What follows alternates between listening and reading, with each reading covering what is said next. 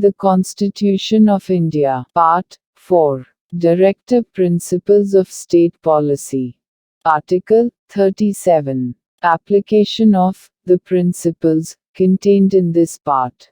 The provisions contained in this part shall not be enforceable by any court.